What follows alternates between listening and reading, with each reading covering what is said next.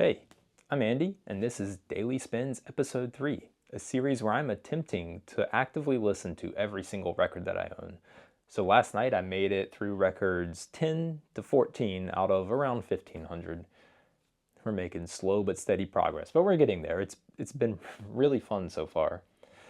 So to start the night out, I wanted something that was kind of a vibe in itself. And I just landed on Malevolent Grain. This is a Wolves in the Throne Room album, or it's probably an EP. There's only 2 songs. Yeah, this is one of the albums that kind of really solidified my love for black metal, especially American black metal. The first time I became aware of Wolves in the Throne Room was getting dragged to a show on the East Coast.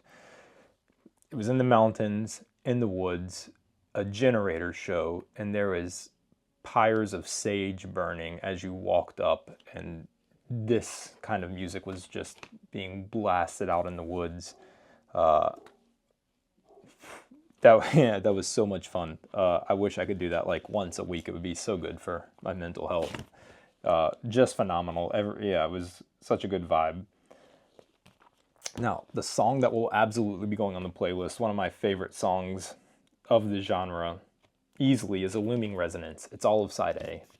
I love that font. Great gold flake.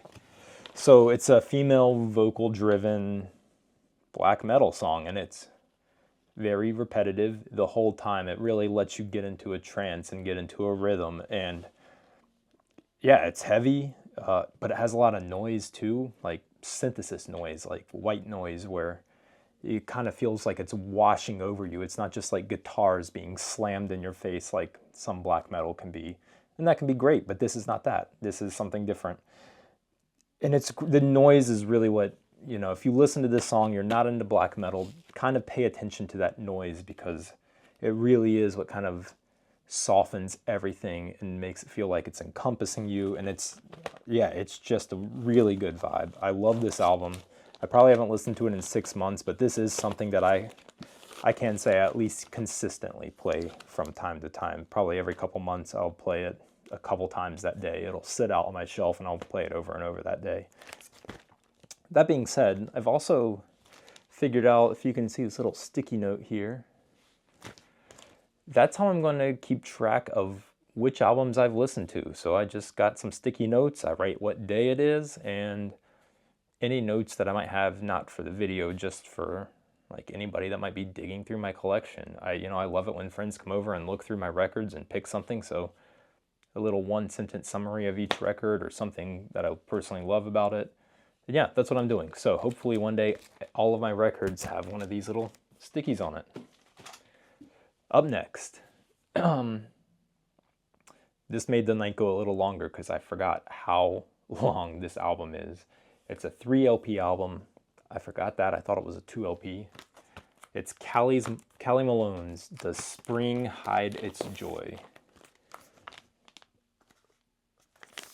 A lot of details. It kind of reminds me of you can't really see the lines. It reminds me of like an Oberheim synth. It's kind of got that look to it. Like I said, 3 LP. It's about 20 minutes aside. It's well over an hour long, but it's a really nice album. So this is a drone album. It's definitely a drone album, mainly using cellos and some synthesizers or samples. I actually saw her the first time I became aware of Callie Malone was at a Sun show, where she opened for Sun with a small Eurorack modular synthesis system. I think it was like verbose based, which is essentially like Buchla, right? Like West Coast synthesis. Really raw form of synthesis. It sounds great for drone music. So that's what she was using with some cello samples, and it was just unbelievably good. So the thing with this kind of music, though, if you're just gonna like go pick up a record, is that it doesn't translate as well from a show. I mean, I have to kind of concede that. At least that's how I feel. When you go to a show or listen to music like this, if it's really loud, you feel it. You feel the changes and you feel the oscillations. And, it's like if you slightly go off tune from a note, you can start hearing the oscillations it gets, it gets bigger. It feels bigger and bigger and bigger as the notes move apart. And I think that's important for the overall genre of music. So I did listen to this pretty loud, but stuff like this, when they get full body suits for gaming that rumble or something, if you could listen to music with that, this kind of music would benefit a ton from it. So it is a great listen, but if you're putting it on now without a good system, it's probably just background music. But if you're really into drone music, it's an essential, I would say. It's really good if you like the details of just listening to the drifting notes and stuff. Okay, album number 3. This is a shorter one. I kind of was like, I need a shorter album because, that really ran some time. And I landed on one of my favorite artists, Nils Frahm. This is a collaboration with FS Blumme. 2 times 1 equals 4. So this is, it's basically like a dub album with Nils Frahm. I had never heard this. I didn't know he even had done this, or, the collaboration, but yeah, I saw this at Sonic Boom in Seattle, or I guess it's in Ballard technically, and I just picked it up. I didn't know what it was. Anything Nils Frahm I'm going to be a fan of, almost certainly, and yeah, this album was great. This is such an easy listen. I mean, I have some dub albums, not a ton. I'm not that deep into it, but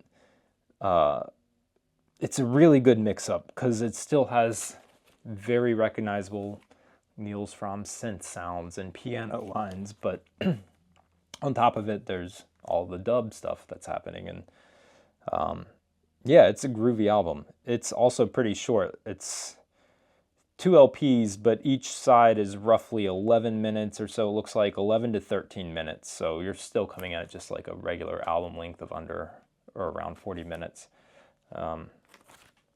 Great album. Really enjoyed it. I don't think there's any cutouts or inserts. Yeah, just the records in this one, so nothing too fun to show. Overall, really interesting album. If you're looking to get into Nils Frahm, though, this is not the one to, or at least this isn't the one that will really express what he's generally doing. But nevertheless, a really fun album. Like, it's a very easy listen. It felt effortless to listen to it. And to end the night, I wanted something that also was pretty effortless. I was pretty exhausted after the drone album, so Dream Pop. Beach House's Depression Cherry. This is a great album. I'm very familiar with this one. It has a great jacket. It's like a soft vinyl. Or no, vinyl's not what I'm looking. Soft velvet. It's like soft vinyl. That doesn't make any sense. Yeah, it's got a velvet cover. This is an original Sub Pop pressing. I think the new ones aren't the velvet cover, whatever.